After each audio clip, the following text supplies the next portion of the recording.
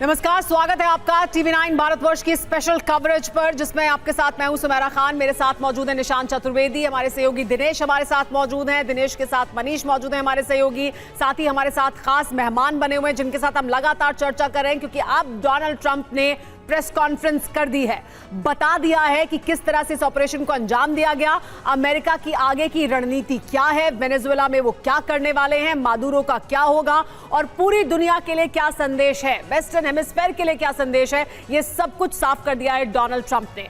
इस वक्त की बड़ी खबर इससे जुड़ी हुई आपको बता दें, ट्रंप ने प्रेस कॉन्फ्रेंस में ऐलान किया है वेनेजुएला में अमेरिका का कब्जा होगा। वेनेजुएला में अब अमेरिकी शासन है, यूएस बेचेगा वेनेजुएला का तेल भी, ये भी साफ कर दिया है। मादुरो और उसकी पत्नी पर केस चलेगा अमेरिका में, अमेरिका की सत्ता को अब कोई चुनौती नहीं दे सकता है, यह साफ कर दिया डोनाल्ड ट्रंप ने।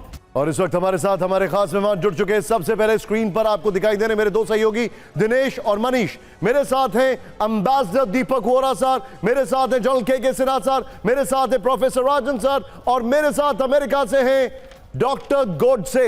आप सभी का स्वागत है। पहला सवाल, यहां पर मेरे साथ दीपक सर मौजूद है। दीपक सर, एक बड़ा हैरान करने वाला घटनाक्रम, क्योंकि हम काफी सारी बातों पर बातचीत कर चुके हैं। डोनाल्ड ट्रंप ने अपने पहले 3 मिनट के अंदर Qasim Sulemani, al Baghdadi, Iran nuclear sites पर हमला, जिसको मिडनाइट हैमर उन्होंने नाम दिया, उन्होंने अपना ही ट्रम्पेट बजाया। यानी एक तरीके से उनको भी चिंता है अपनी रेटिंग्स की।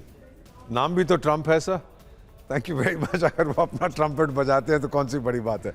जितने उनके सक्सेसेस अभी तक रहे यूनाइटेड स्टेट्स के, सुलेमानी हो चाहे अल बगदादी को तो दूसरे प्रीवियस प्रेसिडेंट के टाइम में मारा गया था, अल बगदादी इसको कहते थे ना। So, but he is now saying that I have the power to reach anybody. दुनिया में कहीं भी जाके किसी को ठोक सकता हूं, मुझे रोकने वाला कोई नहीं है। And by the way, Panama के डिक्टेटर नोरिएगा को जब लाए थे ना सर, आज ही की तारीख 3 जनवरी 36 साल हो गए हैं जब बुश के टाइम में। दिनेश के पास ब्रेकिंग है सर कोई। ये अमेरिकी दादागिरी का इतिहास रहा है जो आज तक ये चला आ रहा है। अब देखिए जरा, वेनेजुएला के बाद मैक्सिको की भी बारी आएगी। ये भी कहा जा रहा है, ट्रंप ने धमकी दी है कि मैक्सिको और क्यूबा पर भी ऑपरेशन संभव है। मतलब ये शायद ये कहा जाएगा कि ड्रग कार्टेल पर देखिए अभी पूरी तरह से हम लगाम नहीं लगा पाए, अभी कुछ और को हमको टाइट करना पड़ेगा। बहरहाल कोलंबिया के बारे में भी ये कहा जा रहा है कि हो सकता है वहां पर भी ऑपरेशन हो, क्यों कोलंबिया के राष्ट्रपति भी अपनी खैर मनाएं। अब सवाल यह है कि अगर ड्रग कार्टेल का सबसे बड़ी समस्या यहां पर थी, तो अब मादुरो की गिरफ्तारी के बाद उस पर रोक लग जानी चाहिए।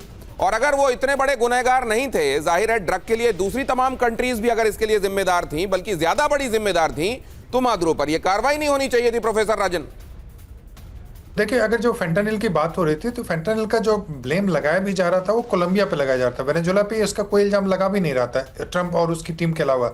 तो निश्चित रूप से जो देखिए वहाँ पे कोई भी स्टेट ब्राजील के अलावा अभी कोई भी ऐसा नहीं बचा है जो अमेरिका को रेजिस्ट कर पाएगा। एक ही स्टेट है वहाँ पे जो अमेरिका, जहाँ पे वो पॉलिटिक्स को कंट्रोल करना मुश्किल है। हालांकि यह भी बता दो कि ब्राजील में भी एक जो दूसरी पार्टी है वहाँ पे, बोल्सोनारो की पार्टी, वो पूरी तरह से ट्रंप को सपोर्ट करती है, लेकिन जो लूला की पार्टी है वो पूरी तरह से एंटी ट्रंप की पॉलिसी को लेकर चलता है। तो उसके अलावा कोई भी दूसरा राष्ट्र लैटिन अमेरिका में नहीं है जो कि अमेरिका की शक्ति को रेजिस्ट कर पाए, तो उनका दबदबा चलेगा और वहां पे पूरी तरह से डोमिनेट करने की कोशिश करेंगे। लेकिन वेनेजुएला का केस स्पेशल है कि उसके पास तेल भी है और रेयर अर्थ मटेरियल भी है, लिथियम इत्यादि भी है, तो उसको कंट्रोल करने की कोशिश है, इसलिए सबसे पहले वेनेजुएला पे कंट्रोल की कोशिश हुई। वेनेजुएला पर कंट्रोल की कोशिश इसलिए क्योंकि वहां ऑयल रिजर्व है, मिनरल रिजर्व्स हैं। अब ये देख लीजिए जरा, यहां पर लेकर आइए बहुत जल्दी से इस मैप पे देखिए, ये वो जगह। अब सवाल ये है कि इसकी जरूरत सबको है।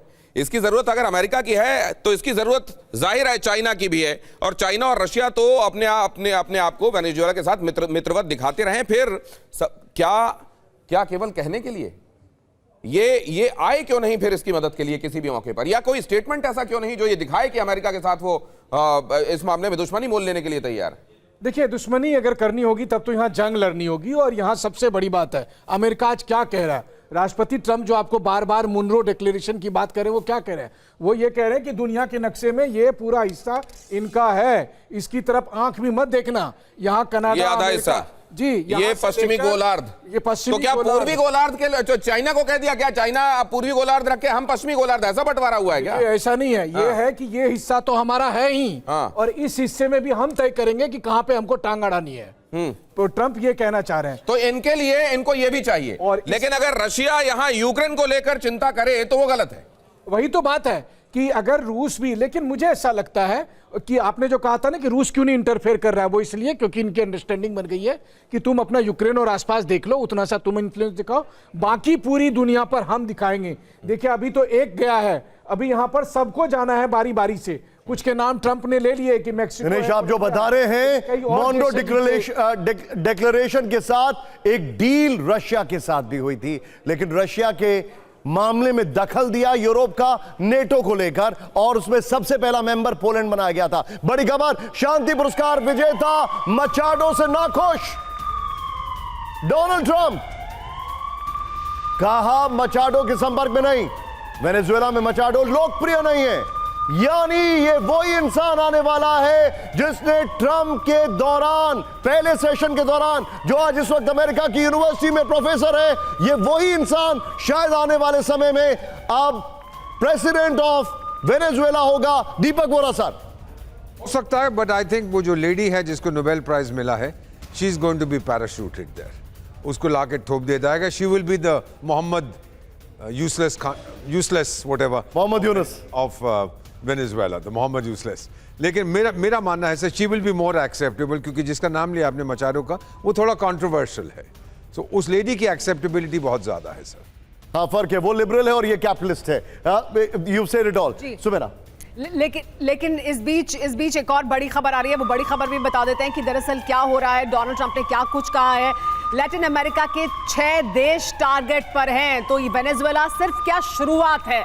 6 और देश हैं लैटिन अमेरिका के जो टारगेट पर हैं। लैटिन अमेरिका के इन 6 देशों को भी चेतावनी है डोनाल्ड ट्रंप की तरफ से, यानी वो भी सीधी लाइन में आ जाएं। अमेरिका के हित को साधने के लिए इन सबको भी अमेरिका की बात माननी होगी, और अगर नहीं मानेंगे तो फिर वेनेजुएला जैसा हाल होगा। ये चेतावनी है डोनाल्ड ट्रंप की अमेरिका की। लैटिन अमेरिका के 6 और देश वेनेजुएला के साथ साथ टारगेट पर हैं।